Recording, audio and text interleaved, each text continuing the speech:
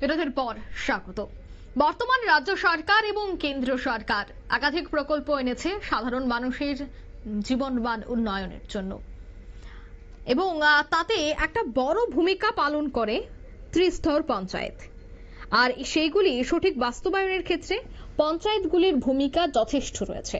তার মধ্যে বাল্যবিবাহ থেকে শুরু করে বাল্যবিবাহ রোধ, টিবি মুক্ত জেলা, টিবি মুক্ত সমাজ, প্রতিটি ক্ষেত্রেই কিন্তু পঞ্চায়েত যথেষ্ট ভূমিকা পালন করে। তাই প্রতিটি পঞ্চায়েতকে সঠিকভাবে কাজ করে যেতে হবে, যাতে করে দেশের প্রধানমন্ত্রী এবং রাজ্য সরকারের যে প্রকল্প তার সত্যি বাস্তবায়ন হয়।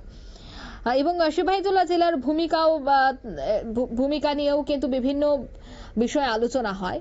তবে এই পুরো অনুষ্ঠান থেকে, এই পুরো সভা থেকে কি বলছেন সংশ্লিষ্টরা, শোনাচ্ছি।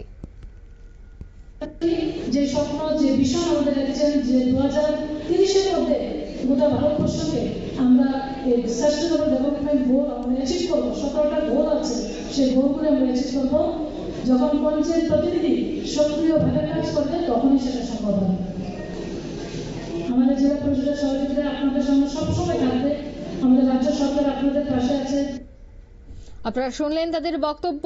প্রত্যেকটা ক্ষেত্রেই এগিয়ে আসতে হবে ত্রিস্তর পঞ্চায়েতকে, কারণ পঞ্চায়েতের যদি সক্রিয় না থাকে এই বিষয়টায়, তবে সুযোগ সুবিধা গিয়ে পৌঁছাবে না সাধারণ মানুষের ঘরে। তাই সেক্ষেত্রে প্রত্যেককে এগিয়ে আসতে হবে, সেই আহ্বান করলেন উপস্থিত অতিথিরা। নিয়ে নিচ্ছে ছোট্ট একটি বিজ্ঞাপন বিরতি, সঙ্গে থাকুন।